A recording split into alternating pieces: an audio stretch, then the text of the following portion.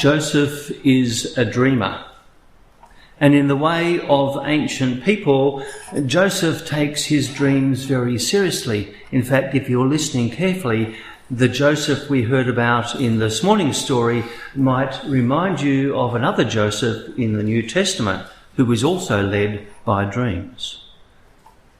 But that's a story for Advent, isn't it? And for Christmas. Anyway, Joseph in today's story dreams that his brothers' sheaves of wheat all gathered around and bowed down to the sheaf of wheat that Joseph was holding. Or that the sun and moon and 11 stars all gathered around and bowed down to him. Joseph, however, is also a dreadful skite. And so he wastes no time telling his brothers, his 11 brothers and his father about these dreams. And they, of course, correctly discern that Joseph's dream suggests that he might think that he's going to lord it over them. Which means that Joseph... Just a moment. You've got a little figure.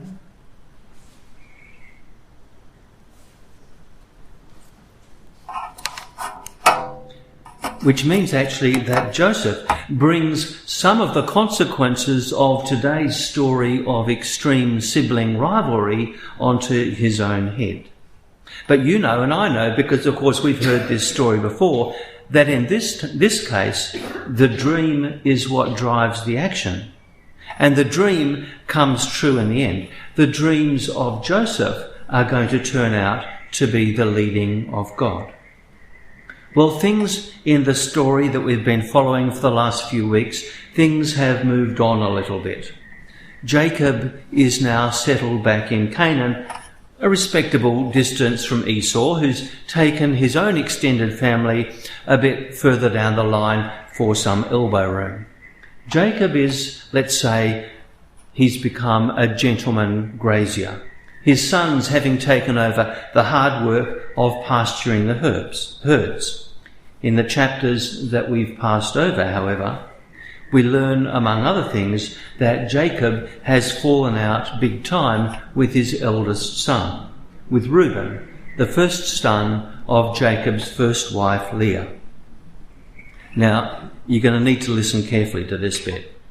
If you think that modern families can be complicated, they don't have anything on this one. You ready? The first two of Jacob's sons, Reuben and Judah, are born to Leah.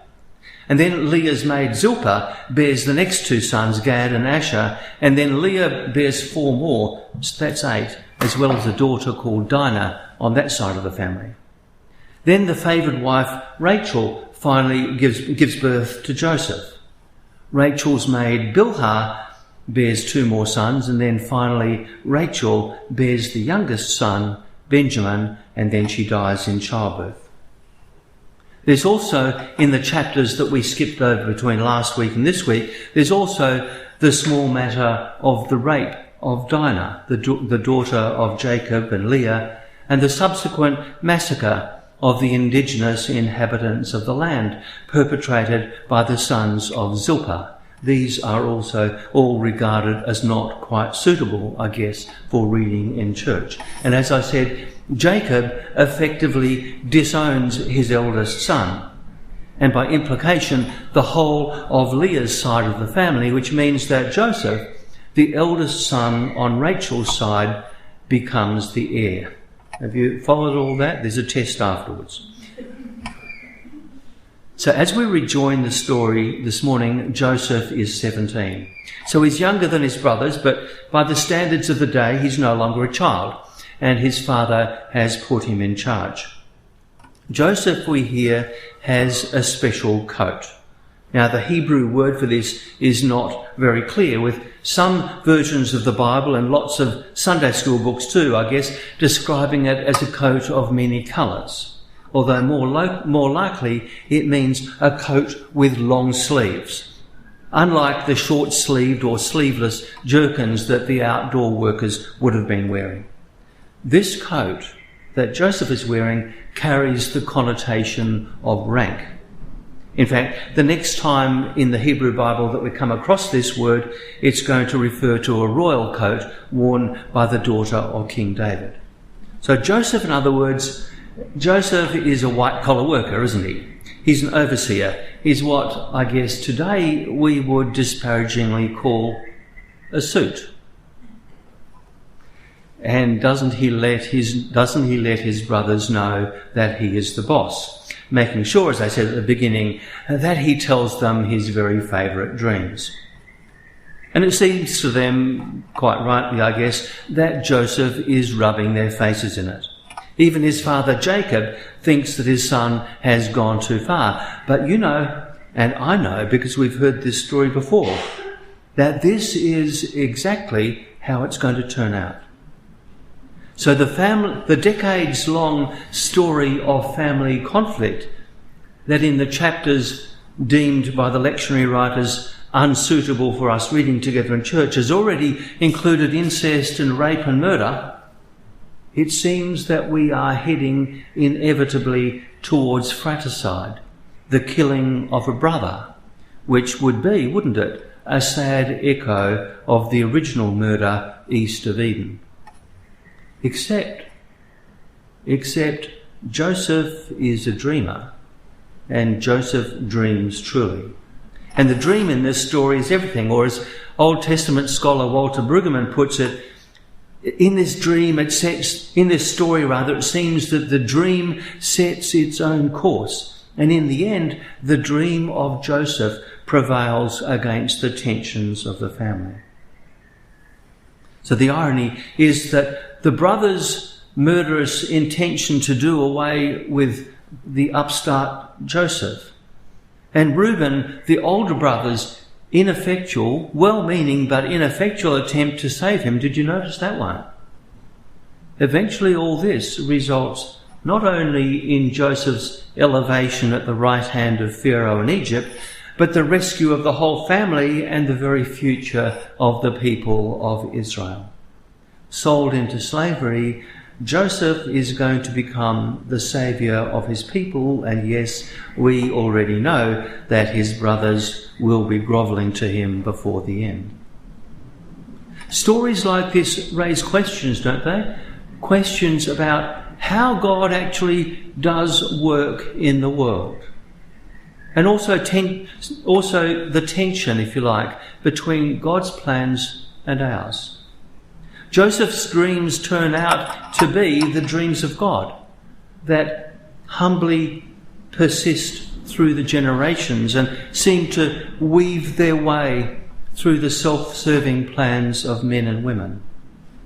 Well, if we believed in an interventionist sort of God, the sort of God who moves things and people around like chess pieces on a board and always gets his own way, if you believe in that sort of God, then stories like this one, with its dark and violent themes, raise a few problems. Like, is God responsible when human beings behave like this?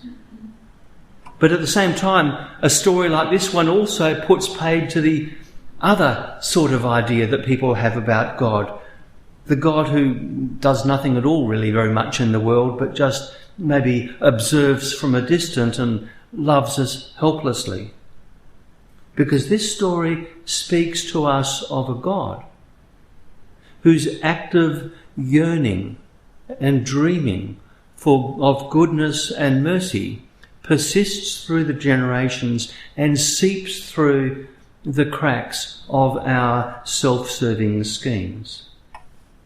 I wonder whether, in fact, the way that God creates and goes on creating us is by just gently infiltrating us with the possibility of wholeness and enticing us imperceptibly towards our best selves. But in today's episode, I find myself most interested in Reuben, the eldest son who betrayed his father in unspeakable ways and who plans now to rescue his brother,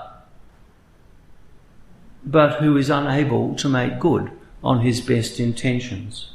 Admittedly, the circumstances here are more extreme, but Reuben might actually remind each of us of ourselves. When we mean well, but we don't follow through, and so we stay silent. When our courage fails, or perhaps when we were just waiting for the right moment to speak, but it never came. How does God's plan work out through us when we mean well but do nothing? Well, we actually see a similar picture in our gospel reading for this morning. A tension too, if you like, between the God of mastery and power on the one hand, and on the other hand, the God who vulnerably and humbly entices us towards goodness.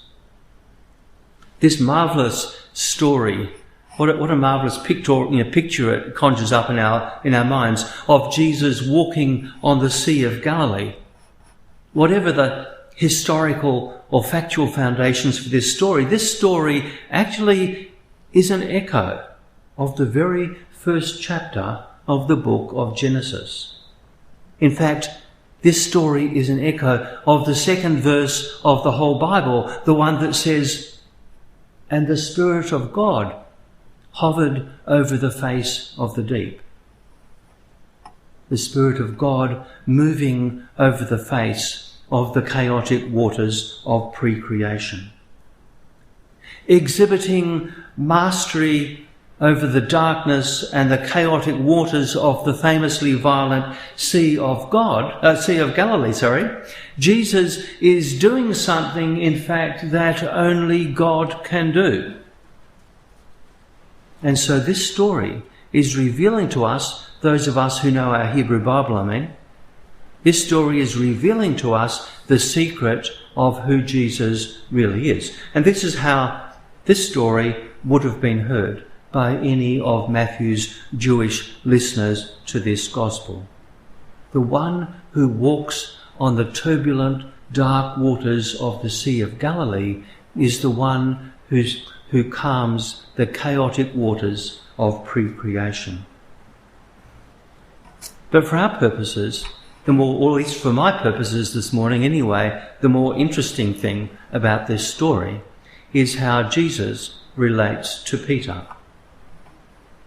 You see, like Reuben, Peter's good intentions always outrun his ability to follow through.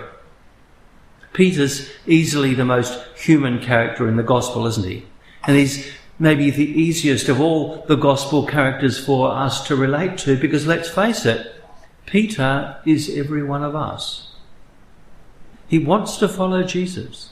He wants to love Jesus. He wants to be wherever Jesus is. But when it comes down to it, his courage fails.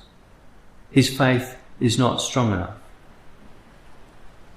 And so, invited by Jesus to join him strolling on the surface of the stormy lake, well, Peter, to his credit, gets out of the boat, which is a pretty good sight, you might think.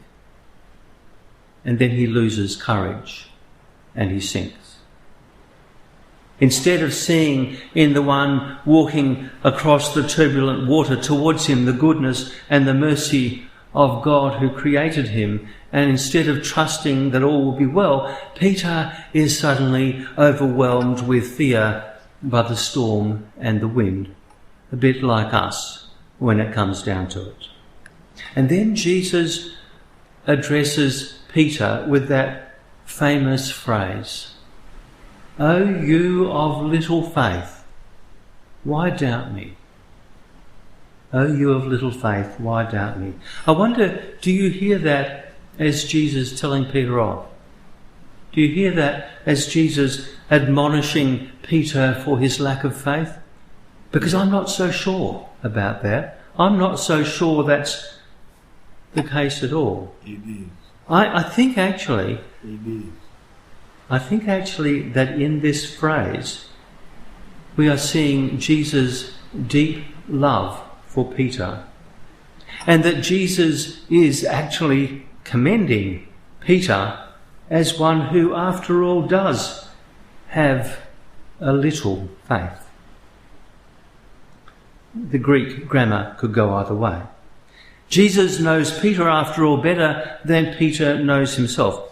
Jesus knows that Peter is going to fail at bigger and more important tests than this one, but he also knows the goodness of Peter's heart.